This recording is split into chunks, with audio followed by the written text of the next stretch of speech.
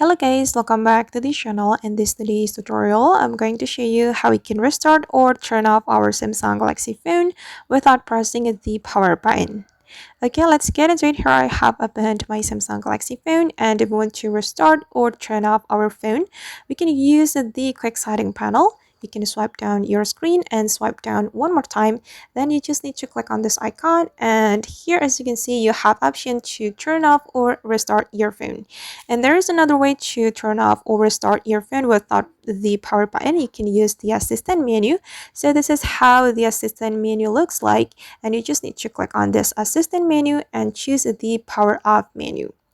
And if you haven't activated this assistant menu, you can go to your setting, go to setting, and you have to choose the accessibility setting.